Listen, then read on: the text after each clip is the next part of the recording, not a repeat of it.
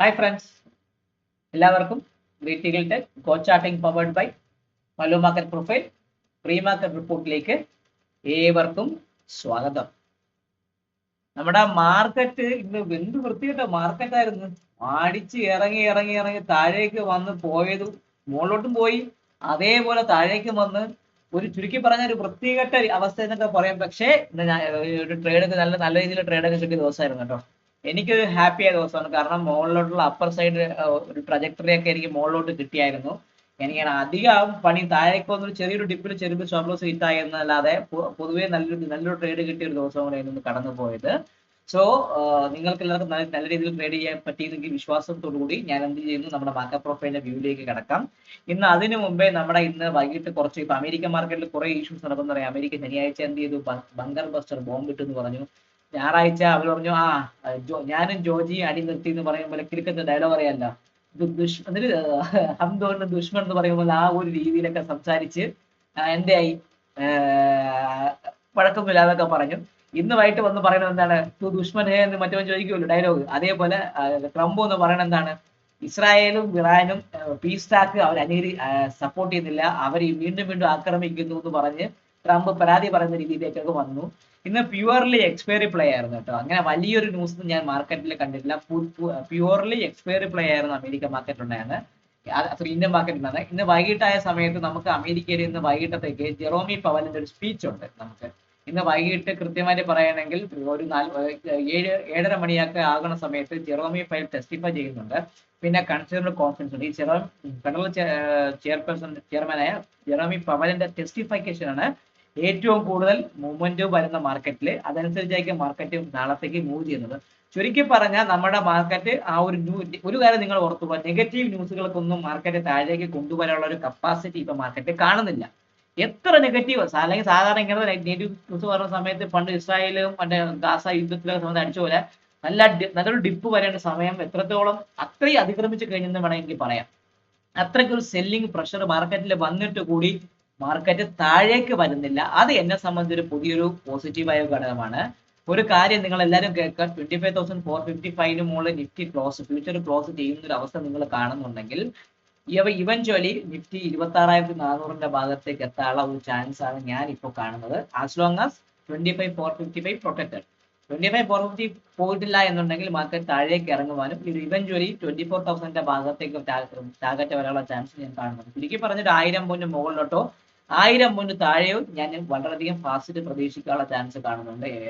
July first week അല്ലെങ്കിൽ second വീക്കിനകത്ത് തന്നെ ആ ഒരു ചാൻസ് ഞാൻ ഇപ്പം കാണുന്നുണ്ട്. അത് നിങ്ങൾക്ക് പറഞ്ഞത് മാത്രമാണ്. എന്ന് വെച്ചാൽ അത് വെച്ച് ട്രേഡ് ചെയ്യാൻ നാളത്തേക്ക് പുട്ട് വാങ്ങിച്ചിട്ട് സാറ് പറഞ്ഞു കാരണം ഞാൻ പുട്ട് വാങ്ങിച്ചു സാധനം ഇറങ്ങില്ല എന്ന്, അല്ലെങ്കിൽ കോൾ വാങ്ങിച്ചു സാധനം കയറില്ല എന്ന് പറയല്ലേ. ഇതൊരു എന്റെ ഒരു പ്രൊജക്ഷൻ ആണ്. ഈ ഒരു ജൂലൈ മന്തിന്റെ ഒരു പ്രൊജക്ഷൻ രീതിയില്ല ഞാനിത് പറയുന്നത്. സോ നമ്മൾ ഈ പറയുന്ന സമയത്ത് നമുക്ക് നോക്കുമ്പോൾ അറിയാം, നമ്മൾ മാർക്കറ്റ് താഴെ ഒരു ഫ്ലാറ്റ് ലെവലിലൊക്കെ നിഫ്റ്റി ക്ലോസ് ചെയ്തത്. നിഫ്റ്റി ഇന്നൊരു എന്താണ്, നിഫ്റ്റിയെ സംബന്ധിച്ച് നിഫ്റ്റി നോക്കുകയാണെങ്കിൽ ഒരു നിഫ്റ്റി കൃത്യമായിട്ട് പറയുകയാണെങ്കിൽ നിഫ്റ്റി എന്താണ് ഒരു ഒരു normal neutral extreme down day ആണ് നിഫ്റ്റി. നിഫ്റ്റി തന്നെ ന്യൂട്രൽ എക്സ്ട്രീം ഡൗൺ ഡേ ആണ്. ന്യൂട്രൽ എക്സ്ട്രീം ഡേ എന്ന് പറഞ്ഞാൽ അറിയാലോ, നമുക്ക് രണ്ട് സൈഡിൽ മാർക്കറ്റ് പോയി IB എക്സ്ചേഞ്ച് രണ്ട് സൈഡിൽ നടന്നതിന് ശേഷം ഒരു സൈഡിൽ മാർക്കറ്റ് ക്ലോസ് ചെയ്തു, ഒരു എക്സ്ട്രീമിൽ വന്ന് മാർക്കറ്റ് ക്ലോസ് ചെയ്യുന്നതിനെ പറയുന്ന പേരാണ് ന്യൂട്രൽ എക്സ്ട്രീം. അപ്പം നിഫ്റ്റി A പീരീഡിന് മുകളിൽ മാർക്കറ്റ് പോയി, IBക്ക് മുകളിൽ മാർക്കറ്റ് പോയി, ഫസ്റ്റ് ടാർഗറ്റ് ഏറ്റി താഴേക്ക് ഇറങ്ങി വന്ന് ജയിൽ വന്ന് താഴേക്ക് വന്ന് 25,069 25,070 ഭാഗത്താണ് നിഫ്റ്റി ക്ലോസ് ചെയ്തത്. അപ്പൊ നിഫ്റ്റിയെ സംബന്ധിച്ച് നിങ്ങൾ പറയുകയാണെങ്കിൽ നിഫ്റ്റി എത്രയാണ്, നിഫ്റ്റിയുടെ POC നിൽക്കുന്നത്, നിഫ്റ്റി എവിടെയാണ്, നിഫ്റ്റി നിൽക്കുന്ന POC എന്ന് പറയുമ്പോൾ നിഫ്റ്റി ഏകദേശം പറഞ്ഞാൽ 25,060 ഭാഗത്തേക്കാണ് നിൽക്കുന്നത്. നമ്മുടെ POC 25,184 ഭാഗത്തേക്കാണ് നിൽക്കുന്നത്. അപ്പൊ നമുക്ക് ആദ്യം എന്ത് ചെയ്യണം, ഈ POC ഒന്ന് മാറ്റണം. 25,184 POC. ഞാൻ POC ഒന്ന് മാറ്റി 25,184.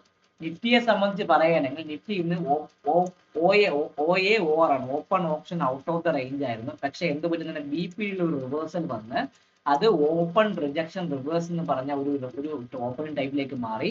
മാർക്കറ്റിന്റെ ഡേ ടൈപ്പ് എന്ന് പറയുമ്പോൾ ന്യൂട്രൽ എക്സ്ട്രീം ഡൗൺ ആണ് ഇന്ന് മാർക്കറ്റിന്റെ സ്ട്രക്ചർ വരുമ്പോൾ. ഇന്നത്തെ ഓപ്പണിംഗ് ടൈപ്പ് ചോദിക്കുകയാണെങ്കിൽ ORR ആണ്. ഡേ ടൈപ്പ് ചോദിക്കുകയാണെങ്കിൽ ഡേ ടൈപ്പ് എന്ന് പറഞ്ഞാൽ ന്യൂട്രൽ എക്സ്ട്രീം ഡൗൺ ആണ്. അപ്പൊ നമുക്ക് നോക്കേണ്ടത് ഇന്നത്തെ ബുള്ളിഷ് ഓപ്പൺ. എന്നെ സംബന്ധിച്ച് നിഫ്റ്റിയുടെ ബുള്ളിഷ് ഓഫർ എന്ന് പറയുമ്പോൾ ഞാൻ ഇനി എടുക്കുന്ന ബൈ എന്ന് പറഞ്ഞാൽ 25,235 മുകളിൽ മാത്രമേ നിഫ്റ്റിയിൽ ഇനി ബൈ എടുക്കുന്നത്. അതാണ് 25,235 മുകളിൽ മാത്രമേ ഞാൻ ഇനി നിഫ്റ്റിക്ക് ബൈ ഉള്ളൂ. 25,000 235 മുകളിൽ സ്പോട്ട് നിൽക്കുകയാണെങ്കിൽ ഒരു ബൈയെ കുറിച്ച് ഞാൻ ചിന്തിക്കുന്നു. ആ ബൈ നമുക്ക് നല്ലൊരു മുന്നോട്ട് തരാം. അതിന് മുകളിൽ നിൽക്കുകയാണെങ്കിൽ ഫസ്റ്റ് ടാർഗറ്റ് എന്ന നിലയിൽ എവിടം വരെ പോകാൻ നിഫ്റ്റിയെ സംബന്ധിച്ച് 25,290 അത്രയാണ് 25,295 ഭാഗത്തേക്ക് പോവാം. 6 എന്ന് പറയുമ്പം 25,295 ഭാഗത്തേക്ക് പോകാനുള്ള ചാൻസ് കൂടുതലാണ്.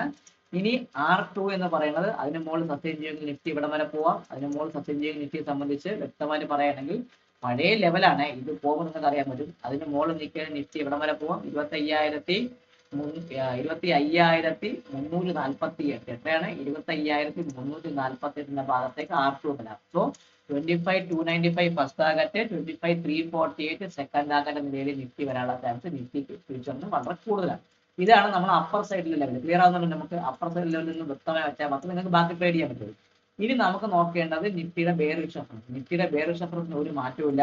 25,000 എന്ന് പറഞ്ഞ ആ ഒരു റേഞ്ച് എന്നെ സംബന്ധിച്ച് നിഫ്റ്റിയിൽ ഒരു ബെയറിഷ് റഫറൻസ് ഇപ്പൊ ആക്ട് ചെയ്യുന്നുണ്ട്. ക്ലിയർ ആവുന്നുണ്ടോ? 25,000 താഴെ നിഫ്റ്റി സസ്റ്റെയിൻ ചെയ്യുമെങ്കിൽ നിഫ്റ്റി ഒരു സെല്ലിംഗ് എടുക്കാം. 25,000 താഴെ നിൽക്കുകയാണെങ്കിൽ. ക്ലിയർ ആണല്ലോ? സോ എന്നെ സംബന്ധിച്ച് 25,000 നിഫ്റ്റിയുടെ ബെയറിഷ് റഫറൻസ് പറഞ്ഞാൽ സ്പോട്ട് നിങ്ങൾ നോക്കുകയാണെങ്കിൽ 25,000 താഴെ സസ്റ്റെയിൻ ചെയ്യുമെങ്കിൽ നിങ്ങൾ ഒരു സെല്ലിങ്ങിനെ കുറിച്ച് ചിന്തിക്കുക. നിഫ്റ്റി ബെയറിഷ് അങ്ങനെയാണെങ്കിൽ ഫസ്റ്റ് ടാർഗറ്റ് നിലയിൽ അവ എവിടം വരെ വരാം? 25,930 ഫസ്റ്റ് ടാർഗറ്റ് എത്രയാണ്? സ്പോട്ടില് 25,930 ഭാഗത്തേക്ക് വരാനും സെക്കൻഡ് 24,930 24,930 ഭാഗത്തേക്ക് വരാനും സെക്കൻഡ് ടാർഗറ്റ് എന്ന് പറയുമ്പോൾ എത്രയാണ്? 24 അടുത്ത വരുന്നത് 24,870 എത്രയാണ്?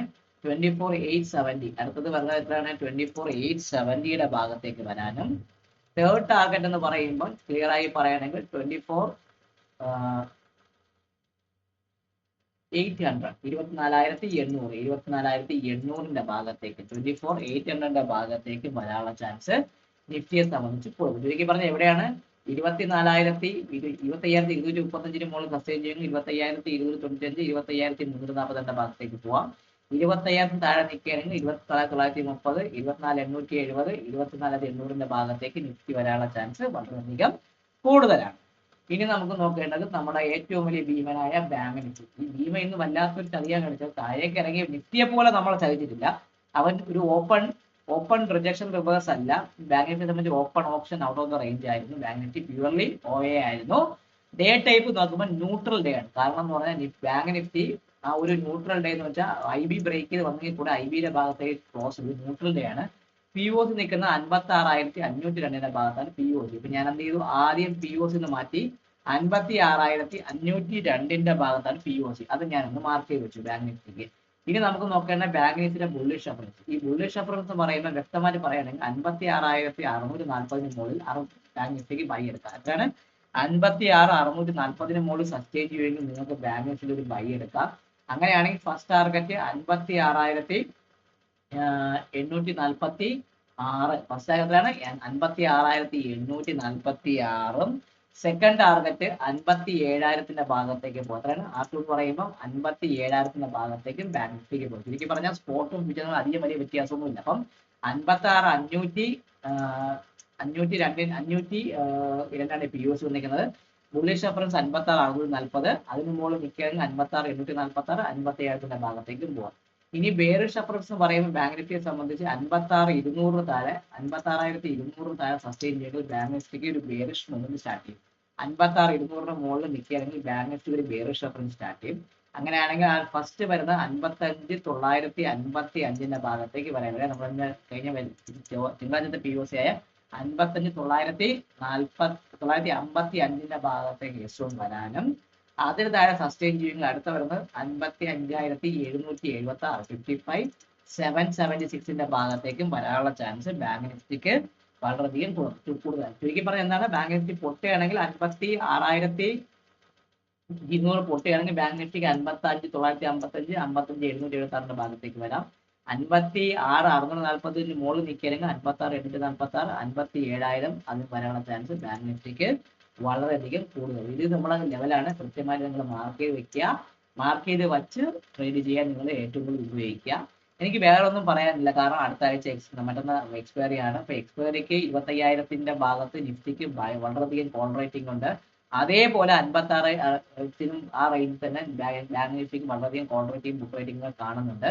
സോ ഇത് എങ്ങനെ മാക്സ് പെയിൻ വർക്കാവും എന്നൊക്കെ നോക്കി നിങ്ങൾ ട്രേഡ് ചെയ്യാൻ നോക്കാൻ ശ്രമിക്കുക. പ്രത്യേകിച്ച് പറയുന്ന ദിവസങ്ങൾ അവോയ്ഡ് ചെയ്യാൻ മാക്സിമം ശ്രമിക്കുക. ആദ്യത്തെ ഒരു ട്രേഡിംഗ് ലാലിൽ തന്നെ ഒരു പ്രോഫിറ്റ് കിട്ടുകയാണെങ്കിൽ ട്രേഡിംഗ് സ്റ്റോപ്പ് ചെയ്ത് നിങ്ങൾ ആ ഒരു പ്രോഫിറ്റിനെ കയ്യിലേക്ക് വെക്കാൻ ഒരു ശ്രമം നടത്തുക. ചാനൽ കാണുക, ലൈക്ക് ചെയ്യുക, കമന്റ് ചെയ്യുക, സബ്സ്ക്രൈബ് ചെയ്യുക. അതുകൂടാതെ നിങ്ങളെ ട്രേഡിംഗ് ഫ്രണ്ട്സിന് എല്ലാവിധ അയച്ചു കൊടുക്കാനുള്ള ഒരു സെറ്റപ്പ് നിങ്ങൾ കൃത്യമായിട്ട് ചെയ്യുക. Take care, bye bye.